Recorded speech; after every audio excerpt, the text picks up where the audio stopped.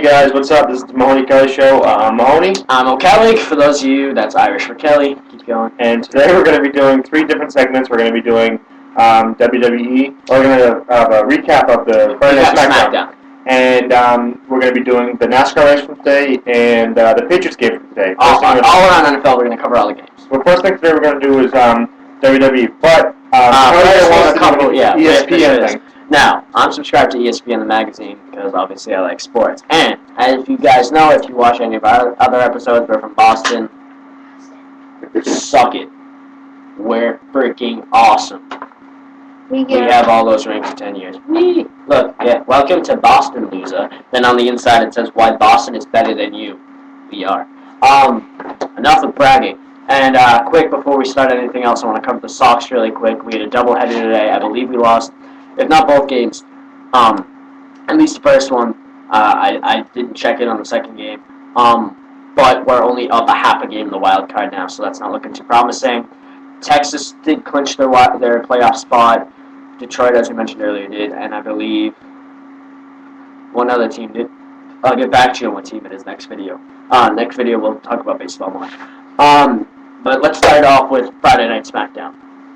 First thing that happened is John Laurinaitis came out and gave a WWE address pretty much kissing Triple H's ass, saying he's right and he has control of WWE and disregard anything else. Henry then continues he goes, let me introduce the World Heavyweight Champion. And Mark Henry comes out and he says, you know, it took me 15 years to get this, as we talked about last video. That's why he blows. And it's going to take another 15 years to get it off him because his waistline's so big. He didn't actually say that. That's me. Now, Christian, one more chance. Give me one more chance. Just like Vancouver, they want one more chance. And he kisses Triple H's ass to get the match. Lumberjack match at the end of the night versus Mark Henry for the World Heavyweight Championship. The winner is going to face Randy Orton at Hell in a Cell for the belt. And we all know who it is. Now, before that, I don't know if you felt the same way. They're treating this match as if it's the number 1 contenders match, as in Randy Orton's guaranteed to win. They are. That's exactly what they're doing. SmackDown is built around Randy Orton. Randy Orton is SmackDown. Because, I'll tell you why. He's the best in-ring competitor WWE has. No, not only that. You know, when they had the WWE Raw SmackDown draft, when Randy Orton was drafted to SmackDown, I think it was 2 days in, or two episodes in, a couple episodes in, he was given an opportunity for the World Heavyweight Championship, and he won. Christian, yeah. He took it right off Christian. Christian's been there for SmackDown since the beginning of the draft. I used to like Christian. I hate him as a heel, though.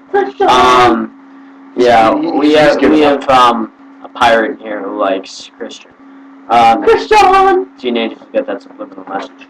First match of the night, Sheamus versus Heath Slater. Sheamus won. Not much to talk about. Slater's an annoying villain who needs to stop being put in matches. Agreed.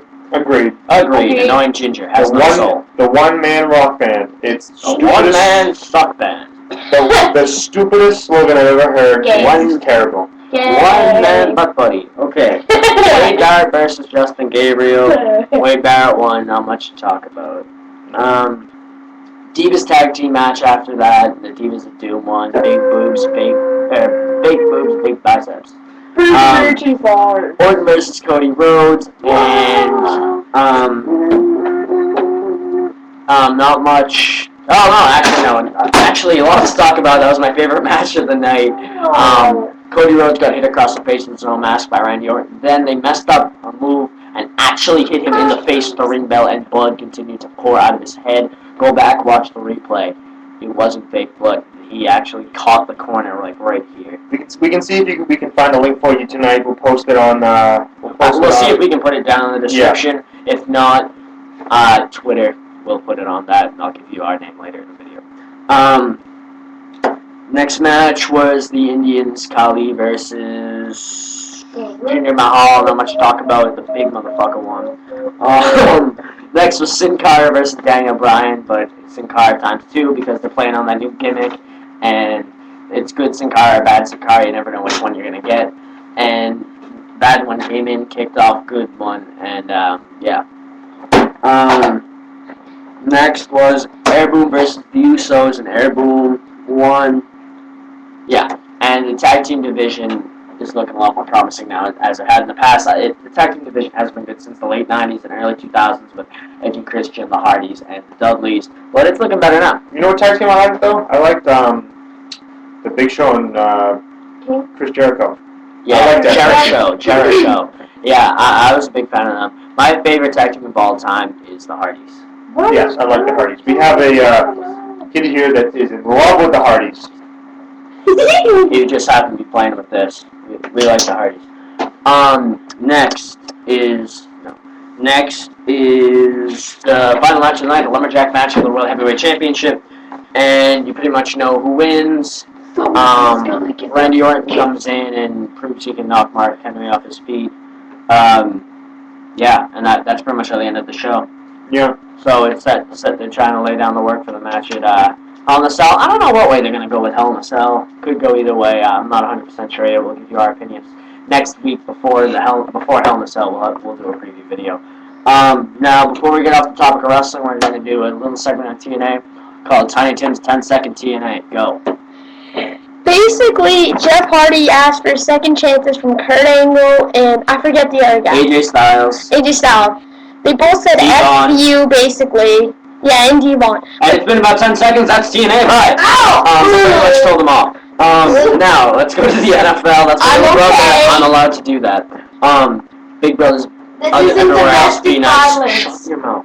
Be nice to everyone else. Now, let's go over the NFL. I have my picks here, so we're going to be honest and say what games we got right, what games we got wrong. Some of them we couldn't do today because it happened. Some of them, yeah, the games haven't happened yet, like Sunday night, but we have, at the moment, updates on who is winning right now.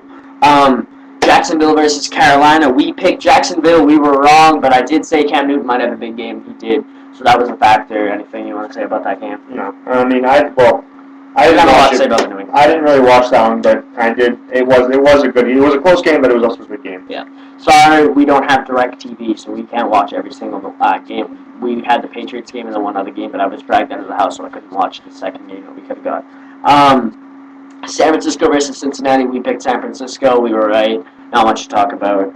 Miami versus Cleveland. We were actually wrong. We picked Miami, and Cleveland pulled it off. Who would have thought?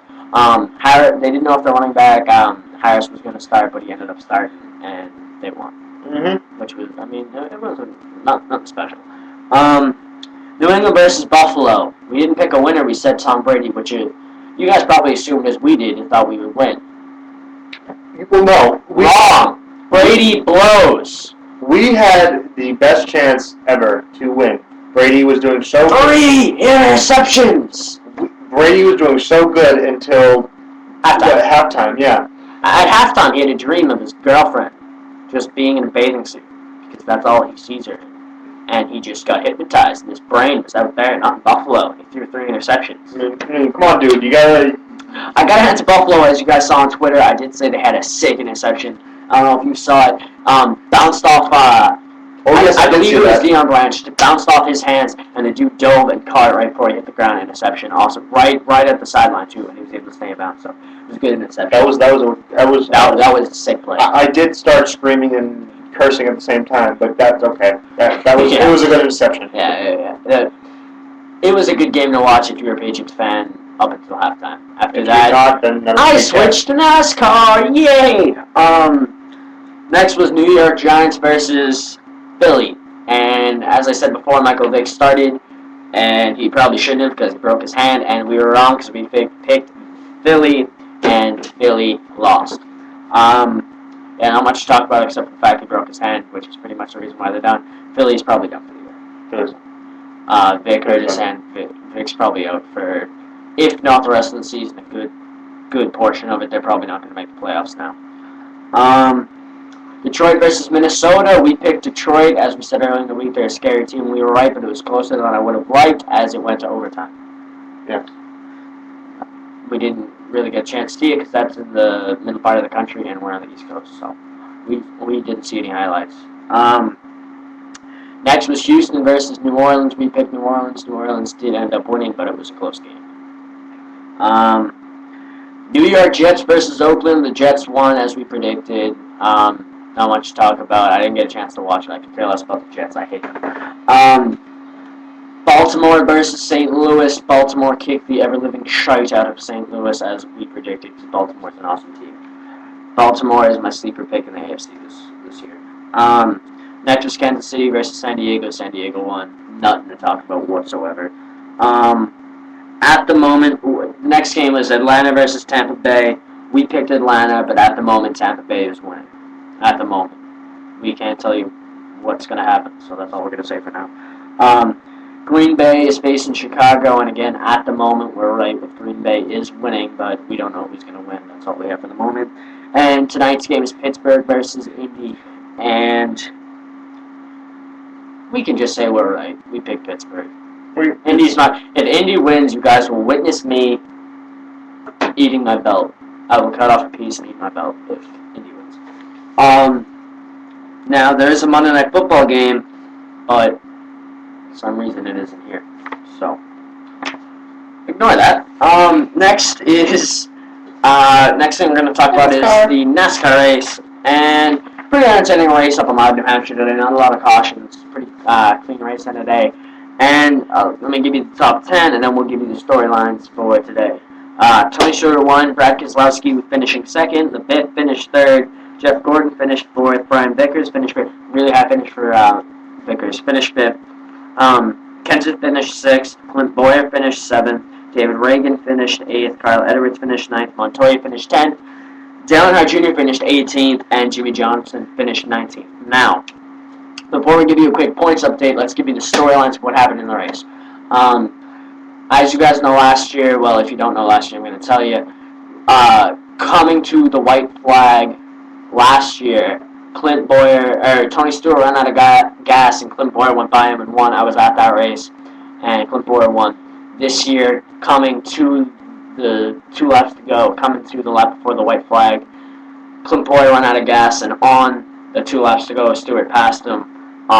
However, Clint Boyer was able to finish 7th, but yeah, Tony Stewart went on to win the race. Won the opening 2 races in the chase. That did happen a couple years ago with Greg Biffle. He ended up finishing 3rd in points, but I believe Tony Stewart is a better driver than Greg Biffle and has a legitimate. I think as of right now, he's the favorite to win the championship. How do you feel? Tony Stewart. I think Tony Stewart has the. He has all this chase to lose at the moment. Well, no. There's still a lot of races left, but it looks like it's going to be a smoke year. I'm not picking him. Don't think I'm picking him, but it looks pretty good if you're a Stewart fan. Dale Jr. had a really, really, really good race going. He's going to get a solid top 10 finish, and he blew I believe it was a right front tire, and he finished 18th, which sucks for him because he was going to get a top 10, and he was going to prove, hey, I am a legitimate title shot. I don't think that's going to be a big enough blow for it to cost him the championship. We'll see how he recovers. Next week at Dover is going to be a big statement. I did say Clint Boyer and Martin Truex would be the drivers to watch outside the chase. And I was right with Clint Boyer. Truex had an okay car. The one car I didn't mention outside the chase that was really strong today, or 2 cars, were Mark Martin and Case Kane, who showed they were really strong, which is ironic because Case Kane's going to the 5 car next year. Anything you want to say? There's one thing I want to say is I'm really, really, really pissed. Junior could have had a higher spot if his tire didn't blow. Yeah. Now we're gonna spend a lot of time talking about NASCAR. We're not even halfway done with NASCAR yet. One thing I want to say, Dale Jr.'s paint scheme, kind of off topic. Dale Jr.'s paint scheme this week looked really, really, really good. I think they should use this paint scheme instead of the one that they unveiled in the link that we gave you last video. I thought that was awesome. But what else is there besides that? I had another storyline. Case Kane's going to the 5 car. Michael Waltrip Racing is looking really strong next year. Clint Boyer looks like he's going to go over there. Not finalized or announced yet, but that's what it's looking like. And I think that's all. We're just about out of time because we only have 15 minutes to do this. Yeah, and let me just list off the point standings really, really fast. Stewart, Harvick, Keselowski, Edwards, Gordon, Kyle Busch, Kenseth Jr., Kurt Busch, Johnson, Newman, Hamlin. Follow us on Twitter at JKJM Sports, Facebook, Mahoney Kelly Show. Subscribe, comment, like, all that. We got 10 seconds. Anything you want to say? Nope. Just rate and subscribe. Rate and subscribe. Thanks. Actually, let's count it down. 5, 4, 3, 2, 1.